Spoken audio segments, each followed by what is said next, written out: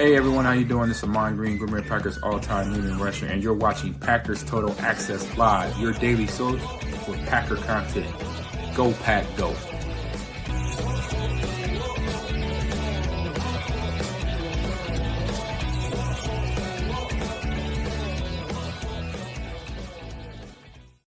What's up, guys? Welcome into Packers Total Access. My name is Clayton. You can check us out on packernet.com. Find me on Twitter at Packers_access. Join alongside Tim in Green Bay. Here to talk some Packers. Excited to get into it as we're about to actually, we already did it, Tim. We turned the calendar over. It is June 1st, baby. We are getting closer. First of the month, baby. Before you know it, it'll be training camp. Can't wait. Man, so we got another, actually got a mandatory mini camp coming up here really soon, if I remember correctly, right? It's going to be in June sometime. So still got another round of OTAs, correct? I'm going to be working this week, I believe. Yeah, it's weird because I'm hearing that as well, but see, I had the dates in here. Looks like I don't know, it's not showing right now. I'm showing June 2nd. Yeah, June 2nd, 3rd, 4th, and 5th is going to be OTAs. And then the mandatory mini camp is not on our ticker at the moment, is it? We can get that taken care of, sir. I think it was, I want to say it's like late June is the mandatory mini camp, but I could be wrong there. But nonetheless, we got it. June 10th through the 11th. There you go. And that's kind of the big one, right? That's the one where the rubber meets the road a little bit. Like, okay, look, it's mandatory. You know, it doesn't mean players won't skip it anyway. And here's the reality, like the players that have already skipped, at least like I think it's the number somewhere between 70 and 90% of the offseason. If they can't hit that mark, they're not going to be there for mandatory minicamp because they already missed out on their offseason workout bonus. You know, people like Jair Alexander, although he did say he was going to show to that. Elton Jenkins, however, I imagine he'll probably skip it unless they get a deal done, which, again, man, you know, whether you agree with him or not, I understand where he's coming from. He's trying to get a little bit more guaranteed money because the reality is after this year, they could just cut bait with him, and he's trying to lock in a little guarantee. Hey, give me some security, right? That type of thing. So I never fault a player for trying to do that. For sure. And it is funny, Tim, because it feels like the tide has shifted a little bit. Fans used to be really, really hardcore into you're under contract, get in here, you know, that type of thing. And it seems like people have eased on that a little bit. And I'll be honest with you, I'm glad they did because, you know, it's not as cut and dry as us fans want it to be, myself included. I would love for the contract to be, hey, here's what it is. Nobody can opt out type thing or skip any work. But hey, that's like the business world, right, Clay? I mean, if you've got, 1 year left on a contract with a client, that last year you're going to be trying to negotiate something, right? Yeah, absolutely. And, you know, people say you need to honor the contract. Well, that goes both ways, you know. Yep. Like when they say a player needs to honor the contract, okay, the team does too then, right? Meaning if they've got 2 more years left on their deal and they cut bait because there's no guaranteed money, they're not honoring the contract either, right? So that's – and then the argument flips to, all right, yeah, well, it was in the contract. There was no guaranteed money, so they knew they'd get cut, right? And you can flip it and say the player knew there was no more guaranteed money, so he's going to withhold services until he gets some guaranteed money. Yep. So you could, argue back and forth on it all day long. So, but anyway, it's as 2-0 for this says nobody was hated more for missing camp than Tway. It's funny how those people don't seem to worry as much about Elton, right? Because people got pissed when Aaron would cut out of minicamp. But anyway, that's a topic for another day. We don't want to get into that here this evening. Let's go to the Patreon group, though, Tim, and see what questions we got in there. Jason in the Patreon community, and if you want to join our Patreon group, that's how you get your questions and thoughts right over the air. Same as the Super Chat. Super Chats are still good to go here on YouTube. It ties into the leaderboard and all that, but you can go to patreon.com/Packer Fan Total Access. So people ask, what's the best way I can support the show? This is the way right here. $3 gets you access to everything on the site and get you locked in with our community and all that good stuff. So patreon.com/Packer Fan Total Access. Here are the questions. Jason says, unpopular opinion. I don't think quarterbacks should be allowed to run with the ball. So I have a rule proposal, and I'd like to get your thoughts on it. P.S. I use the robot to organize my thoughts and make the format. So we won't be able to read the entire thing, but here is essentially what it says in terms of the rule. Passers designated pregame or pre-play cannot run past the line of scrimmage under any circumstance. I'm going to be honest with you, Jason. I appreciate the comment. I'm hating it already. It just doesn't. Lamar Jackson. Right, exactly. Benefits, it restores balance between offense and defense, promotes quarterback safety, reinforces structure over improvisation. Rule modification. Basically saying that if someone's a declared passer, they can't scramble beyond the line of scrimmage. I understand the passion behind you wanting this rule change. And again, we're not going to go through all the things. It's pretty cool that AI did draw that up for him. Let me finish this comment here, and then I'll give you my take. Also, I know this would never happen because of the excitement of chaotic plays when quarterbacks scramble and pump up ratings, but I think it could be a good conversation. Personally, I think this change would be more exciting because it would be more skill-based and even between offense and defense. Defense is already fighting an uphill battle in the modern NFL, and that's where he's going right after my heartstrings, Tim, because the thing that I hate about the scrambling quarterback is how they're overly protected. Right. It's okay. It turns into we're protecting them in the pocket. You can only hit them at the waistline. You can't go high. You can't go low. Both are penalties, right? I got a rule change proposal. Get rid of the damn slide. Yes. If you want to run, you want to tuck that ball and run past the line of scrimmage, it's open season on you. You're a ball carrier now. Enough of that. They, like you said, Clay, they get enough protection afforded to them in the pocket. And even outside of the pocket, behind the line of scrimmage, they get the benefit of the doubt more often than not, right? I think that'd be pretty cool, personally. Get rid of the slide, right? No more Pat Mahomes baiting people on the sideline. Exactly. I like what 2-0 for this says. I've got a rule change proposal. Rub some dirt on it, right? There we go. Yeah. No, but that would be the rule change I would go for, Tim. We're right there in the same vein for sure, because the fact that they can now manipulate and fake a slide, I think we see Mac Jones do it a little bit. There was another player in college, Kenny Pickett, perfected it, acting like he was going to slide, then he'd stay up and run right past the defense, that type of stuff. Yeah, that would be the way I would approach it. Like, look, as soon as you leave that pocket, as soon as you decide I'm running beyond that line of scrimmage, you're fair game, bub. And you can slide, but the defense can still touch you. Right. Until they touch it. I mean, they can all the other rules still apply, right? No hitting to the head and neck area, all of that. That's still the same. But I agree, Clay. Let's do it. Let's get the rules committee on it. Let's draw it up. Get the NFLPA. Let's start a campaign. Come on, Clay. We can do it. I think we can make it happen. So again, you guys in the Patreon group, go check this out. It's pretty cool. I use AI to write up the entire rule change and the rebuttal and all that good stuff. So appreciate that. Papa Smurf in the chat said, or posted this link, said, I'm assuming this, there is no truth to this story. So AI got him there, obviously. Somebody put a fake article up that says Packers acquire Trey Hendrickson from the Bengals. What it means. Obviously, that didn't happen. Who the hell is that picture supposed to be?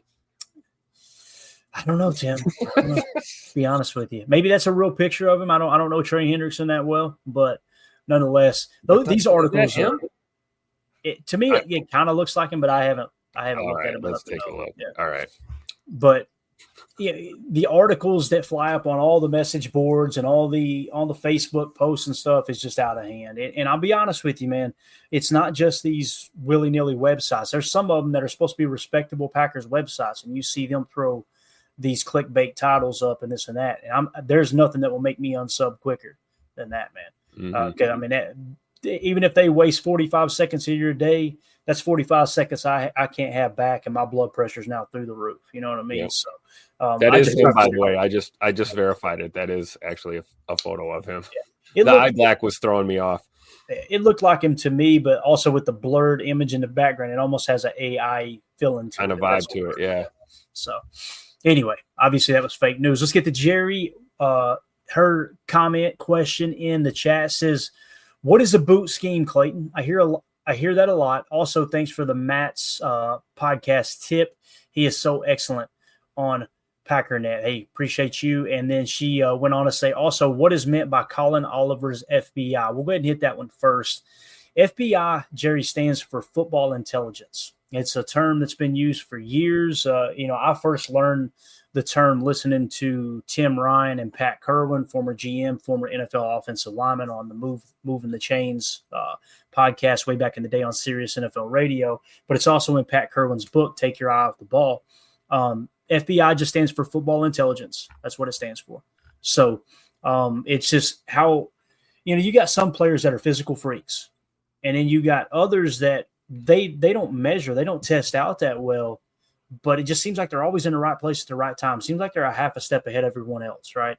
That's what FBI is being able to diagnose the play in front of you. Another term, like on the offensive side for a wide receiver, if someone's got a high FBI, they may be able to read the defense, read off coverage a little bit better than the average wide receiver, and be able to understand the DB splits and understand the technique they're playing with, so you can get a little bit of leverage, breaking a route off at 8 yards instead of 10 or 13 yards instead of 15, knowing that what the defense is running. It's just football intelligence is essentially what it is. So anything you want to add to that there, Tim? Because it applies to every facet of the game. Oh, for sure. First thought that comes to my mind is obviously defensive side of the ball. I think probably the best, most shining example of a defensive player on the Packers with high FBI is Xavier McKinney.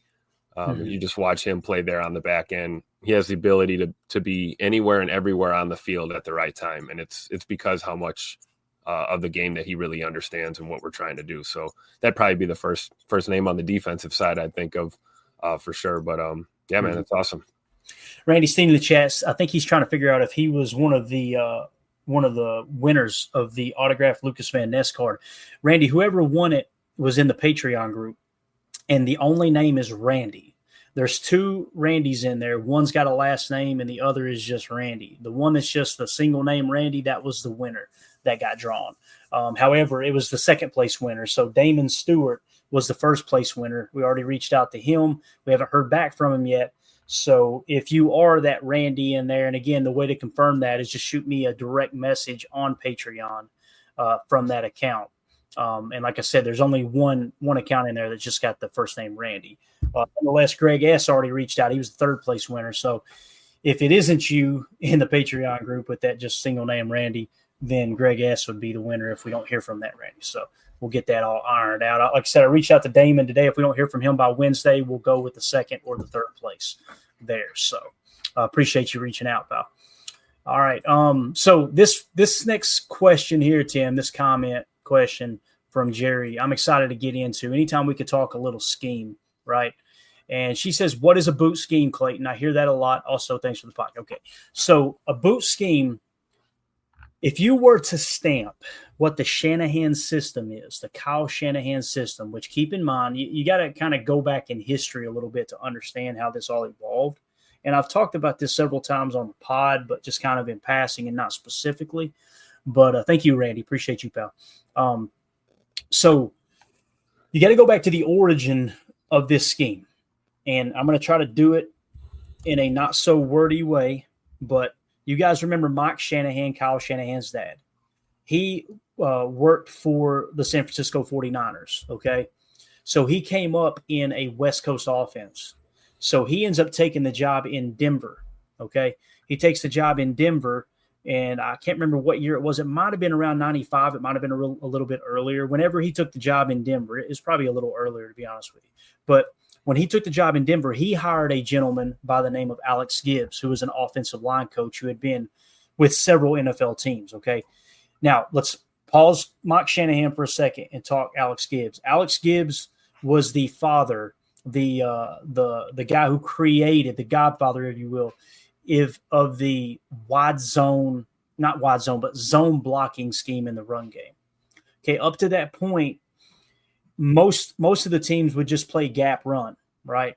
And then he got the idea of, why don't we go with smaller offensive linemen that are more agile, and let's block to a zone, knowing that their agility, their athleticism will be able to beat defensive linemen to the point of attack, and also use the leverage or over aggressiveness of the defensive front to put us in an advantageous place to be able to get outside, right? And then it evolved into inside zone and all that, but you're blocking to a zone with smaller offensive linemen.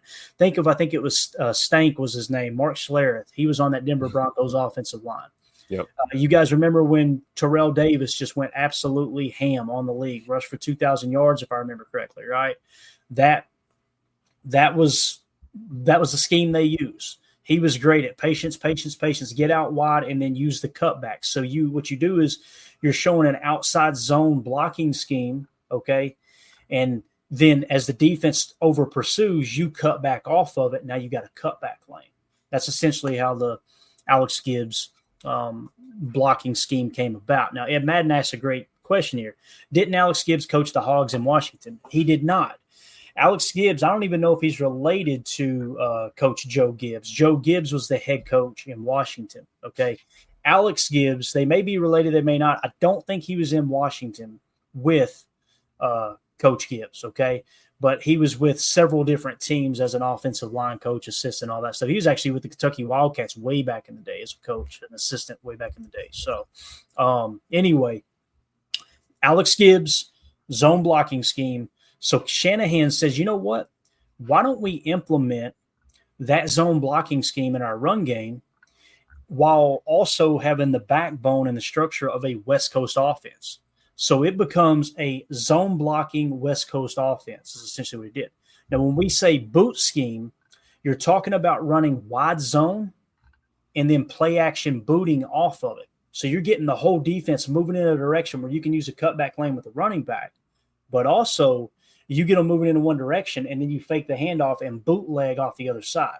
That's what John Elway did so well with his mobility, ability to throw on the run, all those things, right? So again, that's what we're talking about here. Now I'm going to drop this down, Tim, and we're going to, and thanks to everybody for the Patreon questions, we're going to pull it up here for Jerry and show an illustration of what we're talking about. All right. So here we've got our telestrator with our little handy dandy playbook. All right. I'm going to kill my camera too, because I'll probably have to get kind of close.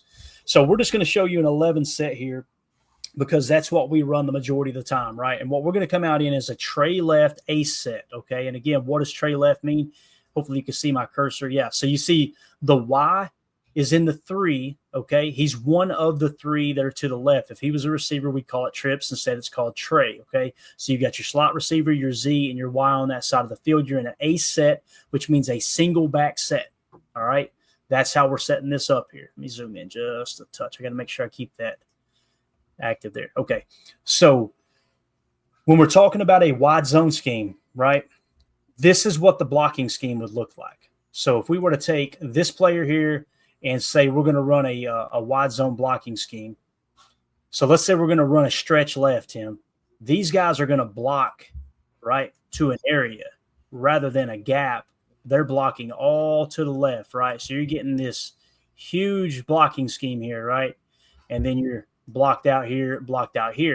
And actually, let me undo that. Yeah, so you're blocked here, right? And X will just take care of who he needs to take care of. So that's what we're talking about. You're moving the offensive line to the left, right? And the running play in this case, if it was a stretch or an outside zone run, would be designed to go outside. But if these defenders, right, over pursue, right, and they get over here in time to stop that, then guess what? That running back is going to use that cutback lane that we talked about, right? Where he's going to look to cut back inside off of that. Yep. All right. That's what we're talking about with a wide zone run. Now let's back it up a touch. We're showing you now how these defenders would get, taken out of place, right? And they're going to line up just like that with a mock and a wheel there and a nickel 4-2-5 here. Let's put the left end up on the line of scrimmage. So essentially you're gaining a hat. Now, it's not about necessarily stealing a gap. It's about gaining a hat, meaning this left end ain't even getting blocked because he's out of the equation, right? So now imagine this defense starts to key in on this, all right?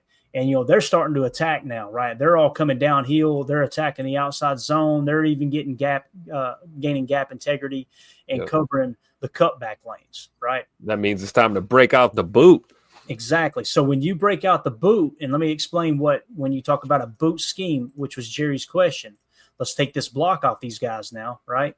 And we'll even add a route into Y here in a second, seeing, how that's set up.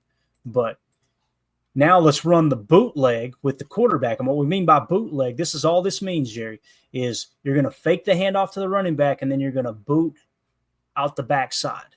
Okay, so now you got the whole defense looking our left, their right, over pursuing, and now you can get really creative, have the slot run like a mid climb. You can have the Z give you a dig. You could stretch the field vertically with the X, or even bring him back on a hitch if you wanted to. Let's just keep him as stretching the field vertically here, right? So your running game is displacing all of these players on defense and getting them to flow towards the sideline, and then you're bootlegging off of it. Now, here's what's really cool is, Y is going to set up as a run block here, but then at the end of the play, he's going to break up and have an underneath route as well. Okay, so here's how you're attacking the defense. You're getting this entire defense to flow to your left and take themselves out of the play, okay? And you're going to be attacking underneath here. You're going to be attacking in the mid-range here. You're going to be attacking here if the middle of the field stays open. You've got a window open there. Each of these routes have 2 windows, by the way. We won't go that in depth. And then, of course, you got the shot play up here. So you're attacking 4 different spots on the field on the weak side of the formation already, and then also on the negative hat count side of the play, because you've got the defense flowing completely away from where you're looking to pass the football. All right. That's what we mean by boot scheme. Now, again, let's back up and talk about the coaching for a second, okay? We told you that Kyle Shanahan implemented West Coast offense with a wide zone boot scheme, okay? Shanahan, when he leaves Denver, later on, he ends up going to Washington. Well, his son is now on the staff, okay? That's Kyle Shanahan. Tell you who else is on that staff. Tight ends coach Sean McVay. Quarterback coach was Matt LaFleur, if I remember correctly. You got all of these different guys. Now, there was a couple stops in between. I want to say they went to Houston with Kubiak after this, but it might have been before. That gets a little muddy to me. We could dive into it and do a write-up if you guys wanted us to. But nonetheless, you got all this staff that went over with Mike Shanahan and with Kyle Shanahan. I'll give you another name, Mike McDaniels, and I've talked about this a lot, the Miami Dolphins head coach, okay? He's real good friends with Kyle Shanahan. Do you know where they met? They were actually both the ball boys in Denver when they were just teenagers. So they grew up in this scheme, right, and then got their own opportunity. So now you had Kyle Shanahan, who ended up taking a job in Cleveland after Washington, I believe, and then he goes to Atlanta, and they had a great offense that year that they went to the Super Bowl and crapped the bed there against the New England Patriots. Well, he ends up getting a head coaching job with the San Francisco 49ers, and he takes people with him from that offense, right, from his staff. So now you got San Francisco running that scheme. Sean McVay gets a head coaching job with the LA Rams. He takes LaFleur with him. Then LaFleur leaves after 1 year, goes to Tennessee. Then he gets the job in Green Bay, right? So you have Mike McDaniel, who was the run game coordinator, who was with Kyle Shanahan in San Francisco. He ends up getting the head coaching job in Miami. Now, here's where it breaks off a little bit. When Sean McVay got to the LA Rams, that first year, he said, I wanted to run 12 and 21 personnel like Kyle did in San Francisco because he had use check. He said, but I kept looking up, and my best players, my best set would have been 11 personnel. He said, I'm looking up at Cooper Kupp's on the bench. Like, wow, one of my best players on the bench because I'm forcing this personnel of 12 or 21 personnel. So he went to 11 personnel, and that's why I showed this play in 11 personnel, 1 running back, 1 tight end, 3 wide receivers, because Matt LaFleur runs the McVay system. He does not run the Kyle Shanahan system. Terminology similar, same passing concepts, all that, but we like to press into 11 personnel as opposed to 12 and 21. That could change this year. And when you drafted Luke Musgrave, it would kind of make you think they were looking at going in that direction. But, Musgrave's been hampered with injuries, and you just kind of stay pressed into 11. So, and that's why I tip my cap, Tim, to Matt LaFleur, because when he came over, he's coming from the wide zone West Coast boot scheme, right? Yep. And then he steps into a roster that's built for a West Coast spread offense. Right. Rather than him being all egotistical. Closer to the old 49er offense, right? Exactly. Yeah, and that's the other thing. Mike McCarthy came from San Francisco, West Coast spread, right? Yep. So you could see that how things have kind of changed. But when he comes over, it would have been real easy for Matt LaFleur to say, scrap it all, we're running my scheme, right? Yep. But he didn't. He looked at the roster and said, okay, it's going to take a few years to flip this thing. Went to Aaron, and I know people like to think that Aaron Rodgers threw his weight around. He wouldn't run the plays. And that couldn't be further from the damn truth. It's embarrassing that Packer fans have convinced themselves that's what it was. So he goes to Aaron. He goes, it steps in there with that roster and goes, okay, let's keep some of the McCarthy offense and let's start to implement some of my principles, right? And then lo and behold, the RPO game took off with Philly when they won the Super Bowl. Guess what? Matt LaFleur, being a great coach in the copycat league it is, he said, hey, let's implement some RPO. And that was perfect for Aaron Rodgers and Devontae Adams, and they really pressed into RPO. Well, since then, Tim, they've gotten into duo, right? And again, the game is just – I wouldn't be surprised to see a mix in the RPO game again, too, because Jay Love is certainly capable of running that. So you're right. It is a copycat league, and it's tough to stay fresh and original all the time. So you got to constantly mix it up for sure. Right. And again, it's like last year, why didn't we have more bootleg? Well, you pressed into duo more than you did outside zone because you signed Josh Jacobs, but also Jordan Love's knee was injured most of the year. So it's harder to get under center. So you stayed in the gun more often and ran duo out of the gun a little bit more. So they may get back to some more wide zone, although that's not what Josh Jacobs does well, right? So you can run boot action off of inside zone. You can run boot action off of anything. You run it off power if you want to. You're down an extra hat or two, and if the defensive line reads it, your quarterback's going to get killed, right? So you got to take all that stuff into consideration as well. But I'll pause right there for a second, Tim, and grab a drink of water. Anything you want to add to this? Anything that piques your interest? Just real quick, I stumbled on basically Shanahan's breakdown of his playbook here. Shout out to Sumer Sports, SUMER Sports.com. Shanahan's schemes, it's kind of interesting, kind of breaks down some of those similar principles we talked about. You can see the Oscar package up here, a couple of plays. Really, really cool article here, in-depth kind of breakdown of kind of what's going on there in the you see the boot action there, Tim? Yep. It's all over the place, right? All over the place. So this is like the most recent of what's available to us, basically. And I'm sure these aren't exact playbook images or anything, but kind of gives you an idea. So check out sumersports.com. And you'll notice in Shanahan's offense, he's got the F that moves around a lot. The F is that guy that's constantly moving. That's Juszczyk, right? Back in his prime. He would line up in the I, then he'd bust out as a U, although they'd still call it an F. When we refer to F with the Packers offense, the moving point of McVay and LaFleur's offense, the F in that offense is a wide receiver. That's essentially a slot receiver, a moving Z. We just refer to it as F. Probably easier if we just called it slot and Z and just identified who motion. But I wanted to point that out because when LaFleur got hired, everybody's like, yeah, the F's going to be a tight end, I'm going, I don't slower roll. It may be the case, but sure enough, we pressed in and it's like, nope, this is McVay's scheme. So, and he likes to use some 12 personnel too. Don't get me wrong with Higbee and those guys out there. So, but we really, really pressed into 11 because you got to get your best 11 on the field, man. So if 11 personnel, if that's your best 11 players, it's 3 wide receiver sets, 1 tight end, 1 running back, then stick to it. Yep. So, all right. This receiving is tough. I appreciate you pulling that up, though, Tim. That's really cool, man. And again, there's so much stuff out there that we can get our hands on. It's just a matter of taking the time to understand it and learn it. And in no way, shape, or form am I professional. I'm still learning every day. And that's why when we do Chalk Talk, I tell people in the chat, if I get something wrong, call it out, fellas. Because that's the other thing. Like, the terminology is different from offense to offense. It's not only is it different from offense to offense, you can run the same wide zone boot scheme, and the terminology from Shanahan would be different from LaFleur, and LaFleur's would be different from McVay, and on so on and so forth. Now, you'll hear different terms that we'll throw out, and I try to find the people that have the most pelts on the wall, your Greg Cosell's, the guys that have been studying film. If I hear them call something like we used to refer to as yo-yo down here. Now it's zipper, right? Yeah.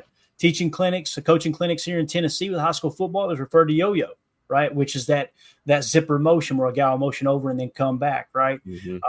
So once I heard NFL coaches calling it zip, I heard, our boy Greg Cosell calling it zipper. We call it zipper now. So whatever your terminology is, everybody's a little bit different. Don't get hung up on that. Just get hung up on learning the game.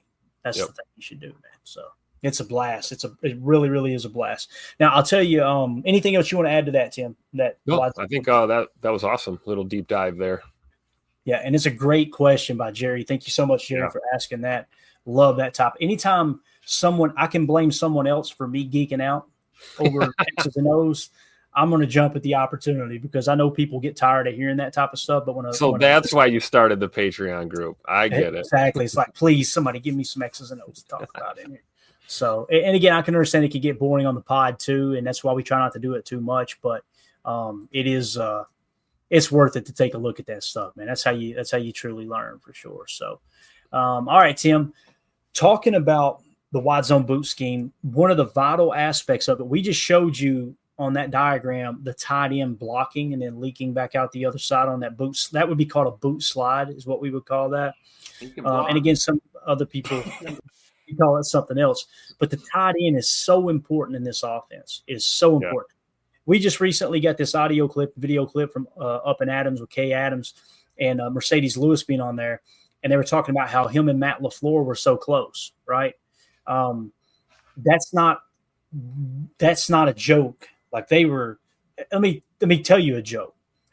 I heard Wildy tell this story the other day that Matt LaFleur was so fond of Mercedes Lewis, right, that his coaching staff bought a gag gift for him for a birthday gift. They bought him a Mercedes Lewis jersey. So it kind of bust his chops. Like, man, you really love this dude, you know?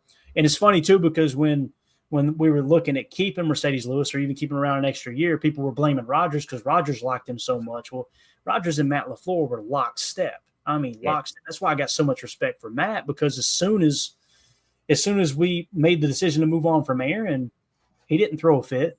He was just like, all right, it's going to be harder, but let's. And even before that, you know, first time head coaching job coming into an organization with a first ballot Hall of Fame quarterback. Like you said, you talk about the nuance with the offensive approach and the scheme. It says a lot about Matt LaFleur and his ability to kind of adapt his scheme to what Aaron was comfortable running and what we had been running. And, you know, the rest is history, man. He doesn't get enough credit. He really doesn't. Yeah, for sure, man. He was just in a locker room. They said they put his locker right in the middle of the locker room. You think anybody's going to buck on that big dog? Big dog. Yeah. So when you got someone like that looks like a damn professional bouncer, and he's lockstep with the quarterback and the coach, that's how you hold a locker room together. And I know Aaron got a lot of flack for, you know, being a bad locker room guy, which couldn't be further from the truth, right? It is funny that Mercedes Lewis leaves, Aaron's gone, these guys are gone, and you're starting to get these little hiccups in the locker room. It doesn't mean the building's on fire, but you just get these little brush fires here and there, right? It's important to have a veteran presence. And I think Josh Jacobs, could you imagine how quick the locker room could get out of hand if you didn't have Josh Jacobs? So got to tip your cap to Goody for that signing for sure. Absolutely. Like I had said that numerous times that it sucked to see Aaron Jones, you know, leave, but man, if you're going to replace him, what a excellent replacement in Josh Jacobs, because you're not missing out on that veteran leadership. And there's a lot of character qualities that I think both Josh Jacobs and Aaron Jones share. They're both high caliber dudes, stand-up guys. So you're absolutely right though. Having the youth and, you know, all that energy is great, you know, high ceiling and everything, but you need a few vets in there, both sides of the ball, to kind of just stabilize things in that locker room for sure. Yeah, no doubt. J. Cole says, bring Mercedes Lewis in as a tight ends coach. I would be all about that. Not that you want Coach Dunn out of the building, but just bring Mercedes in to be his assistant. You can never have too many coaches, in my opinion, man. Yep. So I'd be all about that, man. You sign me up for that. I don't care what the salary would be either. It sounds like Mercedes wants to play another year, though, which is wild. Probably one more. Yeah. 41 years old, Tim.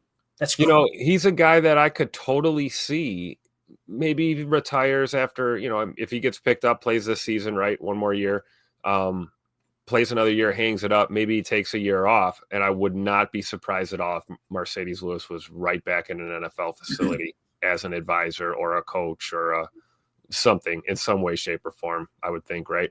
Probably hard to walk away from football after, you know, half of your life, you know, dedicating your life to the game, right? Mm-hmm. Definitely. All right, so again, one of the vital aspects of the Matt LaFleur offense is the tight end position. I was just thinking earlier today, I was like, I wonder how Tucker Kraft, you know, we did this breakdown of how Jordan Love is stacked up against Aaron Rodgers and Brett Favre the first couple of years, and he stacked up well, I thought.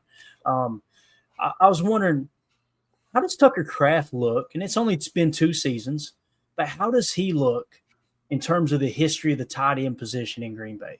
You know what I mean? Like, there's been some good tight ends that come through Green Bay over the years. So I just put this together earlier today. How does Tucker Kraft stack up against the most productive tight ends in Packers history?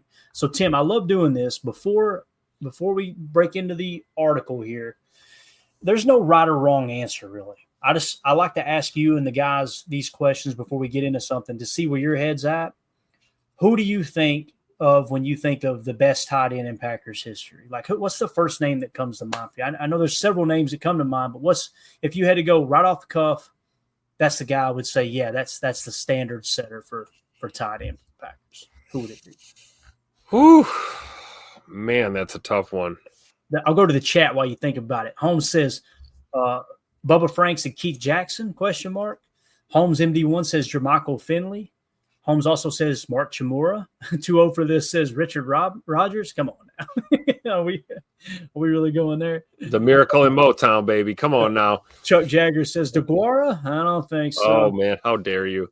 Bates, Kaufman. Many people don't know about Paul Kaufman. Right? That's right. That's when it comes to mind, right? Holmes says, I think Keith Jackson, right? And it comes down to what would the criteria be? For me, it's who had the best years individually and then who did it over a sustained amount of time, right? So, and again, this isn't to try to pick out who's the best tight end in Packers history. It's just to say, all right, let's talk about some of these guys. Let's look at the stat line and see where Tucker Kraft stacks up. Anybody else come to mind for you, Tim? Chewy would probably be the first. That's one of the first ones I thought of. Yeah. It was. Yeah. Bubba Franks too. I mean, for a while. Same thing with Keith Jackson, one of my favorite Packer tight ends ever. Brings me back to my younger days watching the game, but we only got, I believe, 2 or 3 seasons with him. He wasn't here that long. So I'm not sure, same thing with guys like Jimmy Graham, right? What was that? 2 years? It's kind of tough to kind of quantify, but some stand out more than others. Obviously, I think we'd probably take a guy like Mark Chimura or Bubba Franks over a Martellus Bennett or something. Yeah. But and we can't forget the handful of years we got from Big Dog as well. I think he belongs in the conversation. Obviously not a huge receiving tight end, but man, that guy was responsible for some of the best offensive plays we've had just by doing his job and doing it right every time. So absolutely. When he's called to, he'd catch the football. For sure. Just wasn't known as that receiving threat first, and that's probably what made him so deadly, because we could dial up something for him in the red zone and they'd forget about him. Yep. All right, so let's go through it, man. Let's talk about it. So these were the most productive tight ends by year. Okay, so this is basically the best season in Green Bay Packers history for a tight end. Paul Kaufman in first place with 814 yards receiving that year. I don't have the touchdown, so this is just receiving yards, okay? Jermichael Finley, number 2 at 767. That was in 2011. Paul Kaufman in first place was 1983. I was 1 year old, Tim. I don't remember that one much. So Jermichael Finley second at 767. Paul Kaufman again in third place in 1979 with 711 yards. And then look who's fourth on this list. Tucker Kraft, 707 yards last year as a tight end. Fifth place, once again, Paul Kaufman, 687 yards in 1981. There's Chewy. Mark Chimura coming in the number 6 spot at 679 yards in 1995. And then go ahead, Tim. I was going to say, look at your Michael Finley, 7 and 8. He's another one kind of like, there's certain Packers that come to mind that you hate that their career was cut short by injury. You think of Nick Collins, you think of guys like Jermichael Finley, I wonder what kind of career he really would have put together. He might have been really one of the all-time greats. Really still is, according to the numbers we're looking at now, despite the shortened career, for sure. Yeah, definitely. So, Finley 7th place with 676 yards in 2009. Then in 8th place, Finley again, 667 in 2012. In 9th place, you got Paul Kaufman in 1985 with 666 yards. And then Jimmy Graham in 10th place, 636 yards in 2018. So if you look at that list, I think we would probably all agree. It looks like Paul Kaufman, probably the best tight end in the history of the Packers, right? Yep. Well, Tucker Kraft, only his second year starting, was just a little over 100 yards off of matching him. from the 1983 season. So, I mean, it's a solid year. Now, let's go through and look at their career. Look at Paul Kaufman back in the day here. Monster. So in the Mud Bowl against Tampa Bay Buccaneers, just dragging defenders. So here was his career stats. We'll just run through it real quick. Starting in 1978, 0 yards all the way, played in 16 games, according to this. 79, he had 711 yards and 4 touchdowns. 1980, 496 yards and 3 touchdowns. Then 687 yards and 4 touchdowns. 287 yards and 2 touchdowns. Must have got hurt that year. And then his best year was 1983, where he had 814 yards and 11 touchdowns that year, averaging 15.1 yards per reception. 1984, 562 yards receiving with 9 touchdowns. 85, he had 666 yards receiving with 6 touchdowns. And then, of course, it was pretty much over from there. In 86, he went to Kansas City and played for 2 years there before going to Minnesota. And, 75 yards, 42 yards, and no yards there with the Vikings. So Paul Kaufman, one of those players we don't talk about enough, for sure. We should. Mr. Available, too. Look at those games played totals there. It looked like he had one year, 82 maybe, where he was banged up, only played 9 games. Yep. And H.E. Solder was there we go. 82, the strike year. All right, that makes sense. 82 was the strike year. Okay. Says I have no life. You're in good company here, H.E. Solder. I promise you that, buddy. Thank you for that info. So then maybe it's true then. It looks like, what did he miss? 3 games in his whole career? 12, 15, 16, 14. I mean, the guy was just always available, man. Yeah, always available. So again, Paul Kaufman kind of leading the way. Let's go to the number 2 one here. And again, this isn't a ranking. It's just another guy that stood out to me was Jermichael Finley. Obviously gave us some great years starting in 2008. Only 74 yards that year with 1 touchdown. Then in 2009, he kind of blew up, 676 yards and 5 touchdowns. You guys remember the Super Bowl year in 2010, he got hurt. And he only had 301 yards and 1 touchdown. Came back in 2011 and was healthy as an ox, had his best year, 767 yards receiving with 8 touchdowns. 2012, 667 yards receiving and 2 touchdowns. And then, of course, 2013 is when he sustained the neck injury. I think he broke his neck, if I remember correctly. It was something crazy.